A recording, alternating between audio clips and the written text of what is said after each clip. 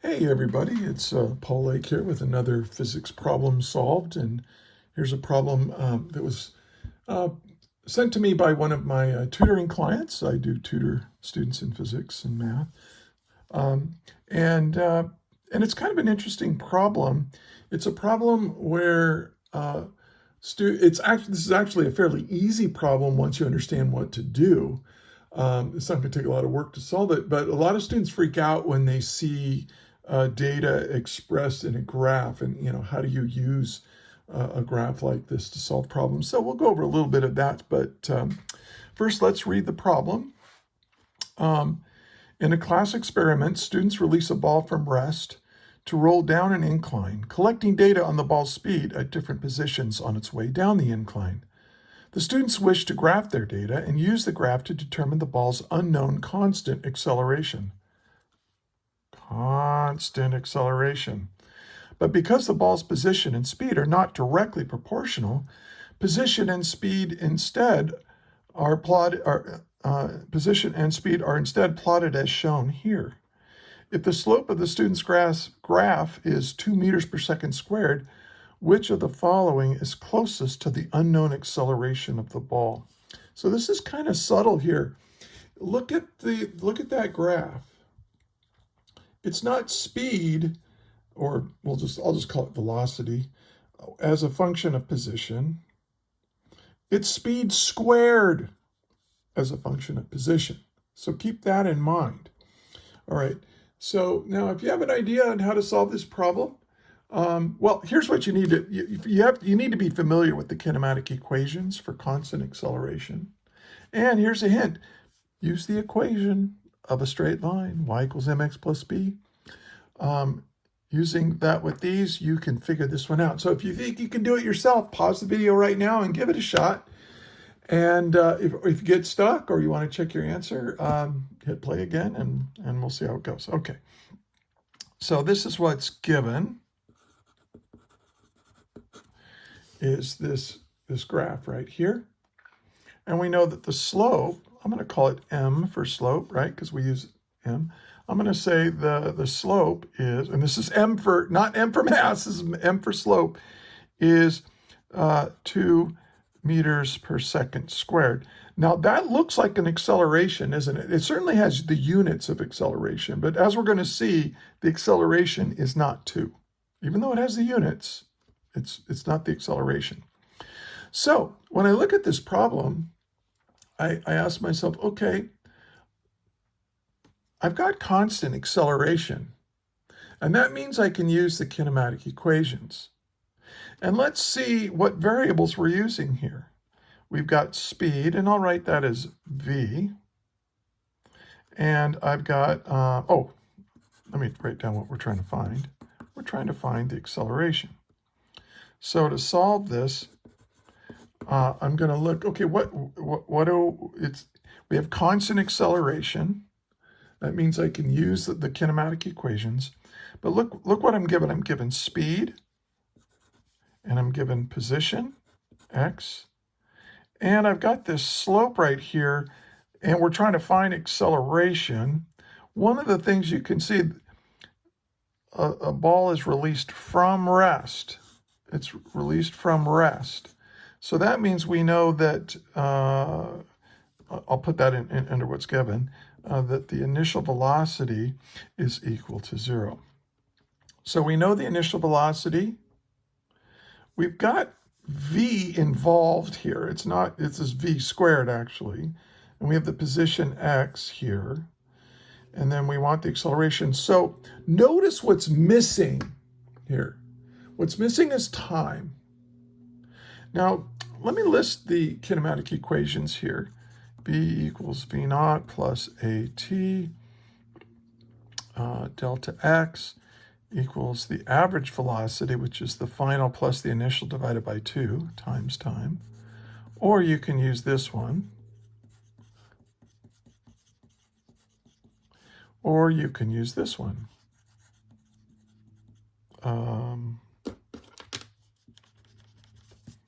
So this should be plus 2a delta x. Okay, so these are all equations that relate velocity, initial velocity, acceleration, time, and displacement. If you have a situation where the acceleration is constant, these all work. So you have to pick which one. Well, notice that nowhere in here do I have time.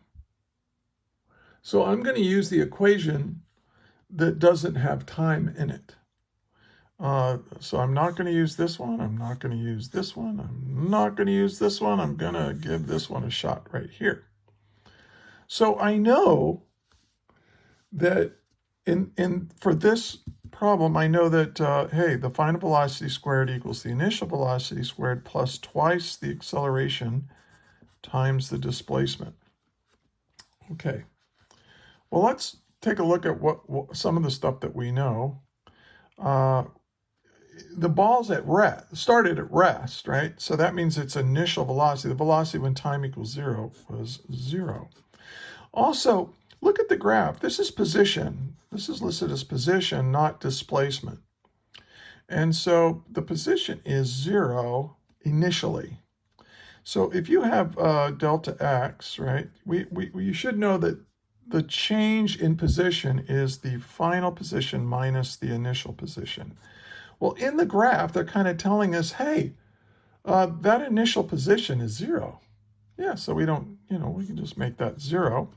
And so we can now write the equation like this. This is what we're left with. The velocity squared equals 2ax. Oh. Now look at this. Look at this and compare it to this graph. Now, look at these data. See how they fit on a line. We can say these data are linear. And since they start at the origin. Well, what is the linear equation? The basic one, the one you learn in algebra 1, right? You learn y equals mx plus b, where y is the vertical axis and m is the slope and x is the horizontal axis and b is the value of y when x equals 0. Well, but what have we got? The y-axis here is not the y-axis, it's the speed squared axis. Oh, speed squared. Now you might say, wait a minute, velocity. Yeah, we can use speed and velocity interchangeably here. There's no change in direction. And besides, it's getting squared. So don't worry about that.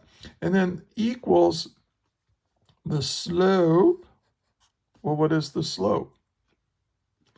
The slope is 2 meters per second squared. Okay. Times, oh, I'm sorry. Let's leave it in terms of the variables here.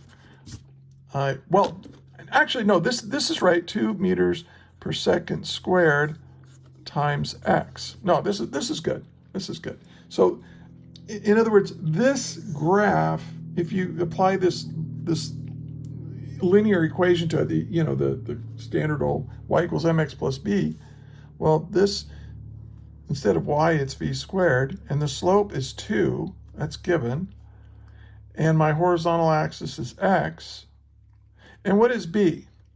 Oh, well, it starts from the origin, so that's just 0. Well, look at this. This means this, twice the acceleration is the slope. So I can say twice the acceleration is equal to 2 meters per second squared. So divide both sides by 2, and I get my answer. The acceleration is 1 meter per second squared. That is the actual acceleration.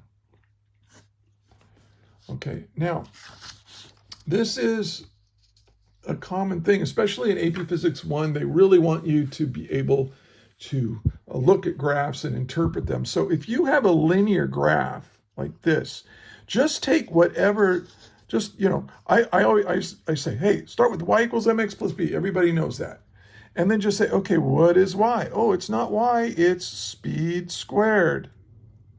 And then you know what the slope is, so put that in there. And then you know, what is this? What is the horizontal axis? In this case, it is x, it's our position.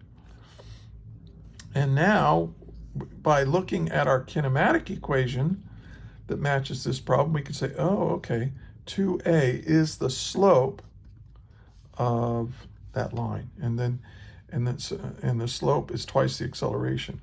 And so that gives us an acceleration of 1 meter per second squared. I muddled that up a little bit, but hope that's understandable. If you have any questions, leave a comment. I'll try and get to it. And check in the video description if you're interested in getting in touch with me regarding physics or math tutoring. And there's other places where you can find other problems that I've solved like this on YouTube. I've got them organized on a Google Doc, so you can check those out if you want to see more examples. Okay, hope this was clear, and y'all take care.